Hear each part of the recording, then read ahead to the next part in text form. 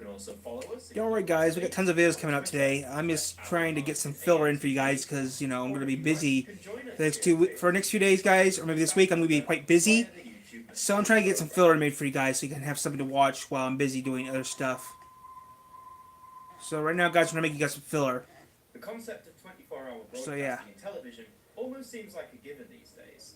Hundreds, if not thousands, of channels to choose from, all of them providing a constant stream of content. Okay, guys. Real thing.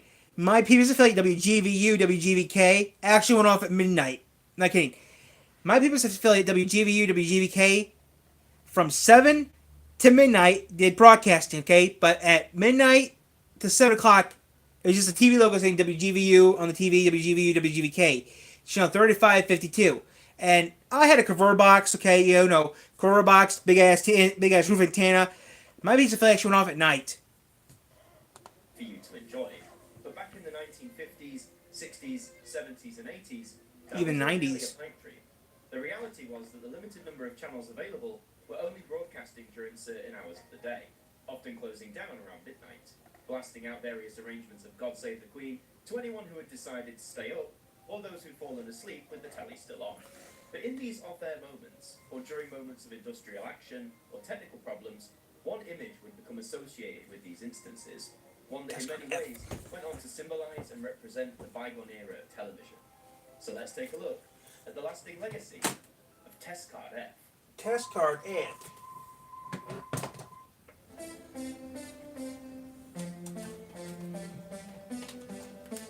We're going to overload the circuit.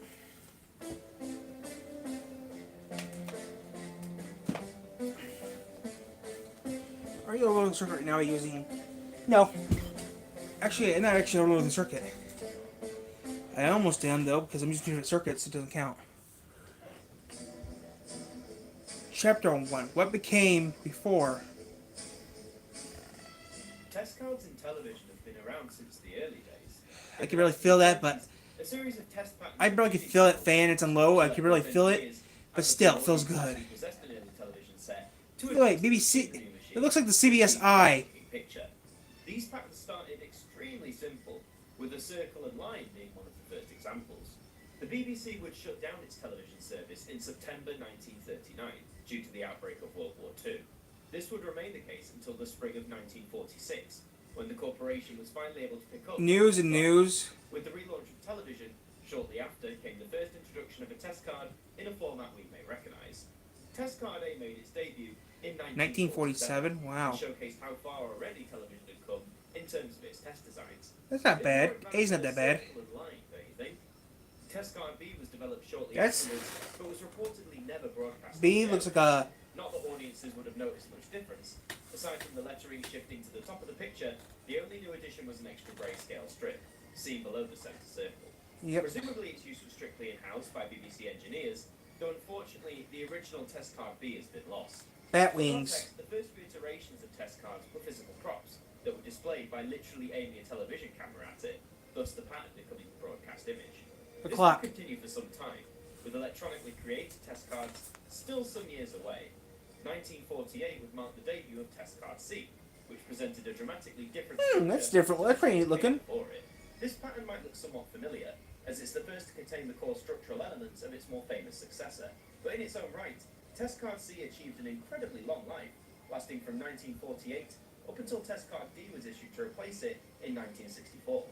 Similar to Test Cards A and B, not a great deal was changed with this new pattern, the main difference being that the lines used to test high-frequency responses were now more rectangular in nature, as opposed to the tower-like stacks of previous cards. Around the same time as Test Card D's introduction in 1964, Test Card E was also developed, specifically to accommodate the new 625 line system that was introduced with the launch of BBC Two. Test Card D had been made to meet the then standard 405 line system seen on the BBC and on the ITV network, so the introduction of a new variant seemed necessary for the new channel. However, depending on the sources that you read, Test Card E had one of the shortest on-air lifespans of any test card yet. Some claiming it lasted about a month before being altered, and others saying it was only transmitted for 1 day. Despite using the 625 line service, the original Test Card E didn't look any more impressive than its 405 line counterpart, as the frequency gratings hardly showcased the benefits of these newer, more advanced television sets.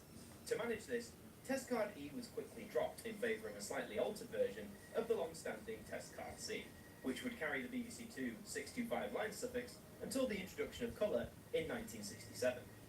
Meanwhile, BBC One would also use this altered version of Test Card E with the channel logo displayed at the bottom until it too began transmitting in colour, and thus adopting the most recognisable test card of them all. Test card F. Chapter 2. Something and something.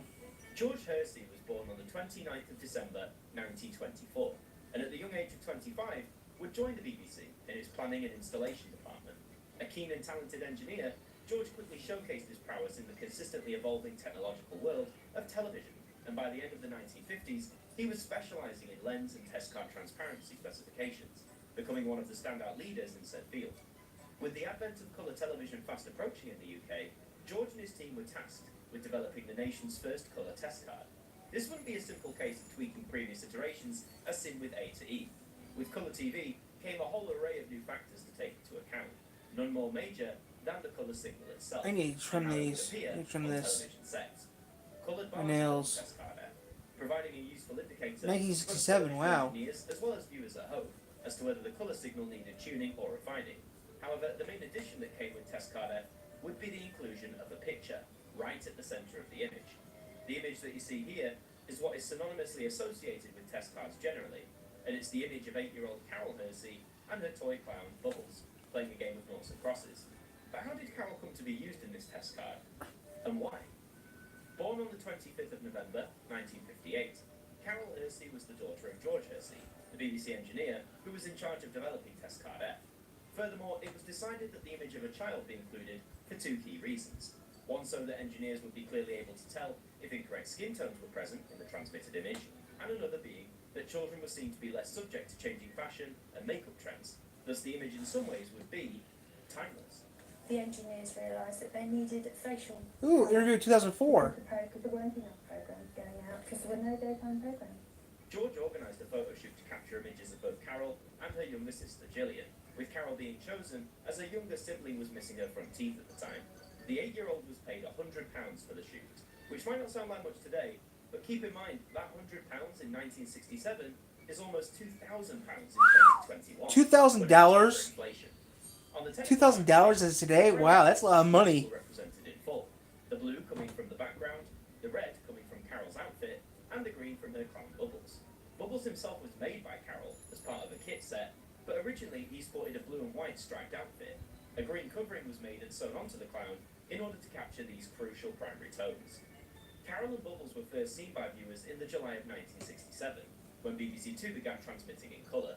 The initial appearance of Test Card F didn't immediately cement how iconic it would become, with most viewers and engineers at the BBC believing it would only be around for about 6 months or so before a successor test card would be introduced. As the 60s rolled into the 70s, however, Test Card F continued to be viewed prominently by audiences. In these gaps between close down and startup, Test Card F would often be shown, very often with a selection of music. The choices in music were often quite calm and appeasing in nature, resulting in many leaving their TV switched on simply to enjoy what they heard, despite there not being any visual content to go with it. Besides the still image of Carol and Bubbles, of course. By the mid-70s, the phrase test card girl started to become more commonplace, in reference to Carol, and just the slide in general. It even started to enter popular culture. In 1973, you could buy a vinyl record that contained music inspired by what was heard on TV, and towards the end of the decade, in 1979, ITV's satirical series, End of Part 1, aired a spoof centred around the test card, in which auditions are held for a new test card girl. Are you sure we can't get the original girl back? Not a hope. She says she's getting typecast.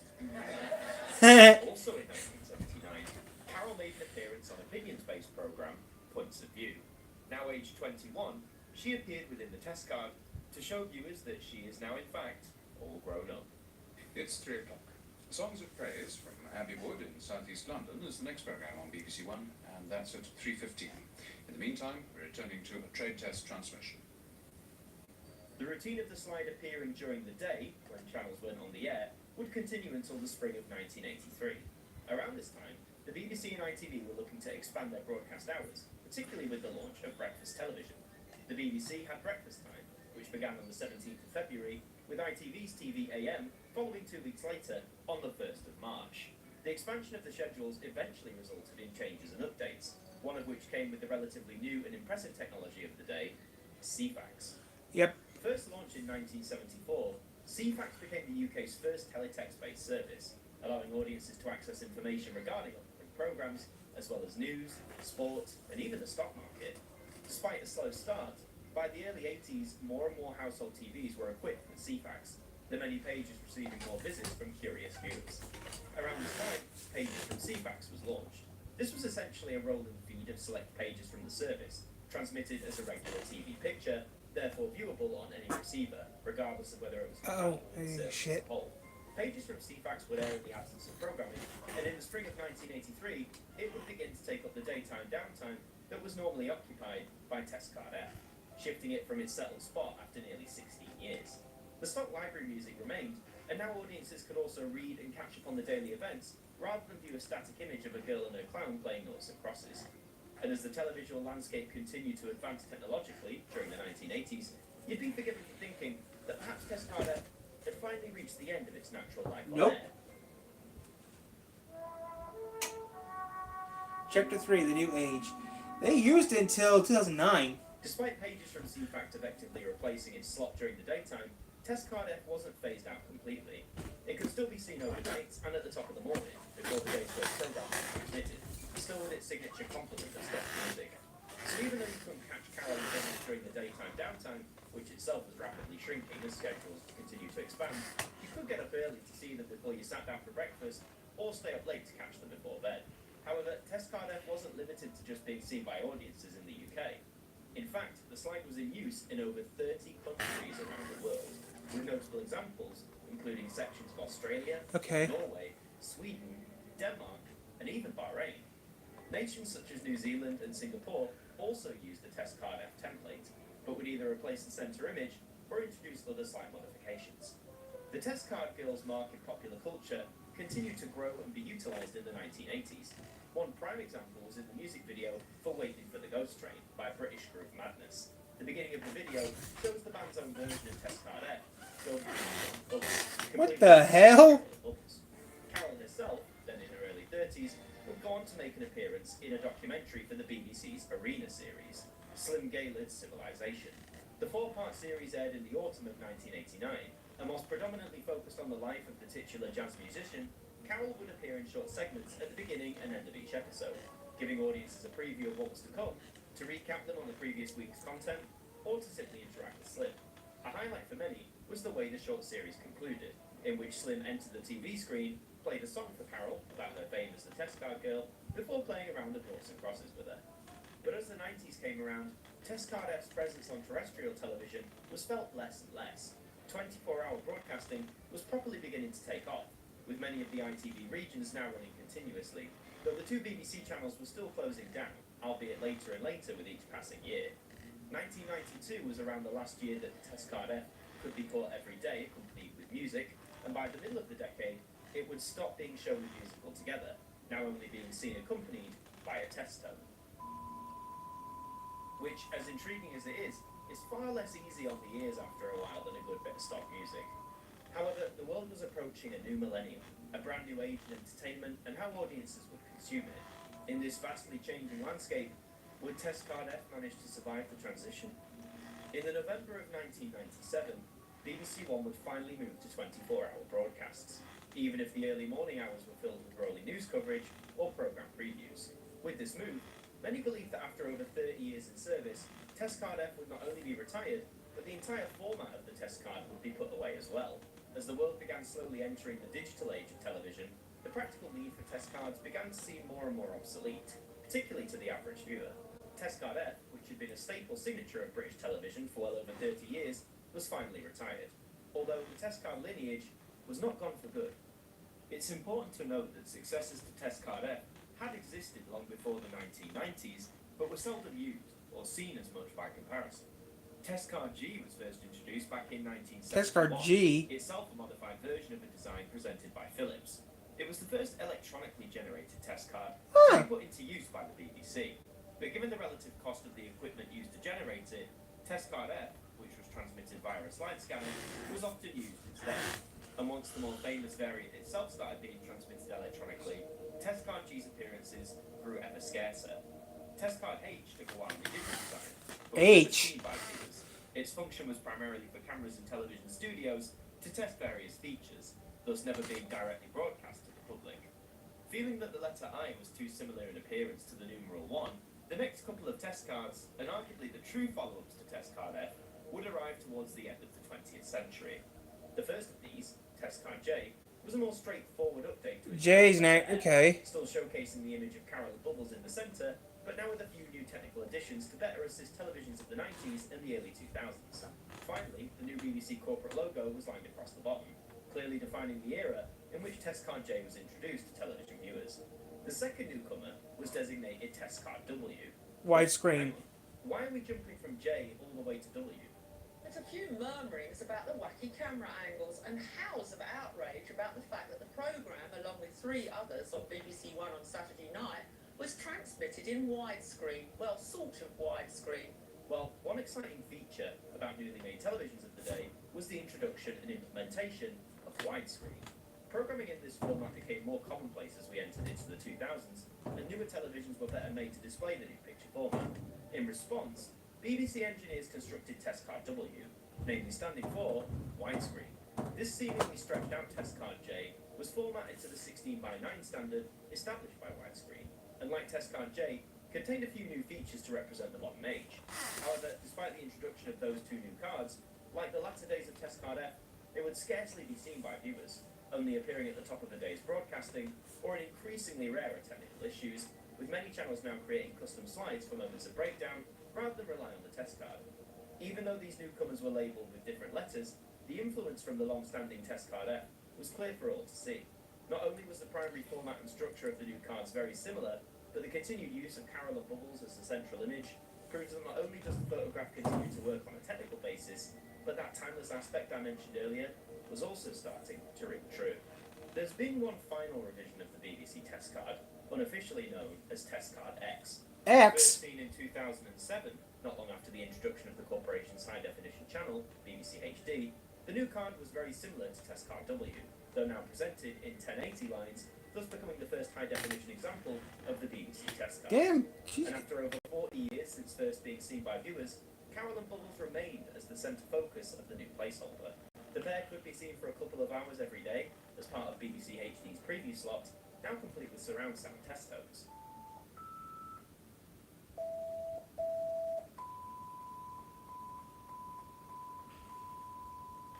But with the closure of BBC HD in 2013, Test Card X would also be pulled from the airwaves, with no new iteration or new lettering of the BBC test card appearing since. Wow, she's been on forever. Long as Regis Spillman. Yeah, Regis Spillman's been on for how many years? She's up there with Regis Spillman, I think. Chapter 4, Legacy. The last 10 years have been a quiet time for Test Card F, or just test cards in general. Starting from the mid-2010s, a version of the widescreen variant could be seen every morning on BBC Two, at the end of the overnight This is BBC Two preview segment. But aside from that, appearances of the classic Test Card F variety have been few and far between. However, in terms of its cultural impact, you could argue that the presence of Test Card F and its various successors couldn't be stronger. In the mid-noughties, Life on Mars. the test card and a version of Carol herself appeared consistently, interacting with the series lead, Sam Tyler. More musical moments would follow. namely Gorillas! the 17 Gorillas video for Hallelujah Money, and in countless amounts of merchandise. Mugs, badges, t-shirts, you name it. You can probably find it with Carol, Bubbles, and the familiar test card F structure printed onto it. For a time, you could even see a version of the image as an error message on the BBC website. But in regards to Carol Hersey, what does she herself think of this legacy, and just how it's impacted on her life over the past 50 years? Some sources claim that Carol initially was unhappy with her association with the test card, claiming it would get her bullied at school, or face the wrath of various teachers who simply didn't believe it was her. How did it affect your life as an 8-year-old? Well, other people at school didn't really believe me, so you had to take things in, you know, or if there was been a Newspaper article or something. I had to take the dress that I'd been wearing in because they didn't believe you. However, over the years she's been interviewed several times, often to celebrate the latest milestone of longevity that Test Card F has attained. In recent interviews, around the time of the card's 50th anniversary, she seems upbeat and positive regarding the impact her image has had on viewers across the generations. As the centre point of Test Card F, it's been estimated that she's been on viewers' screens for more than 70,000 hours, the equivalent to almost 8 continuous years, meaning Carol Hersey has arguably had more screen time than any other individual in the history of television. Quite a staggering claim. More than Regis Spillman. But Carol continues to live life happily, working as a period costume designer and seamstress for several different productions in both stage and in film. Although many still recognise her and will never forget the ever-present image of the test card girl. Test Card F to some may just appear to be like any other television test card out there. But 50 years? Wow, Carol. You're doing good, Carol, for being on there for... This particular test card broke boundaries. It was the first colour test card to be seen and used here in the UK, one that would set the benchmark for the next 30 years, despite successors and alternatives becoming available in that time. It introduced the world to Carol. How long was Regis Spillman on TV for?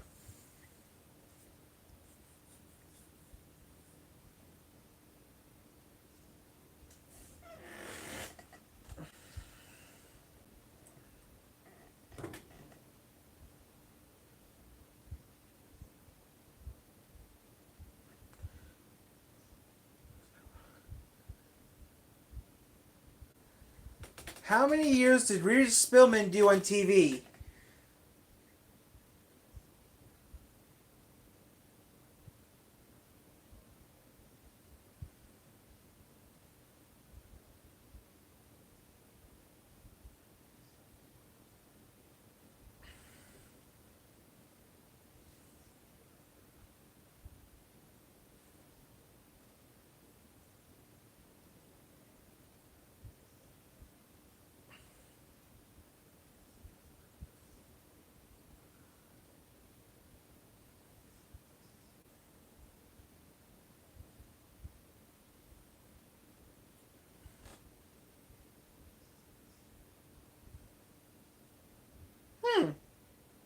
Oh, wow.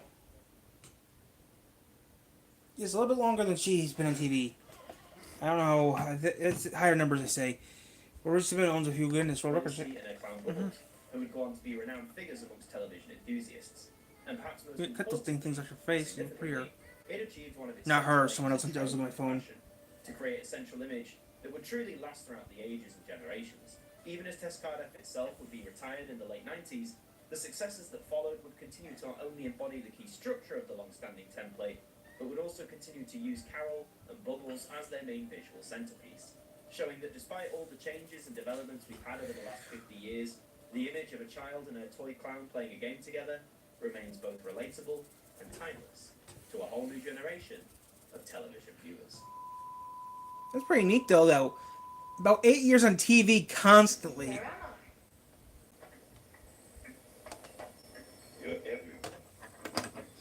really. I mean, that's surprising.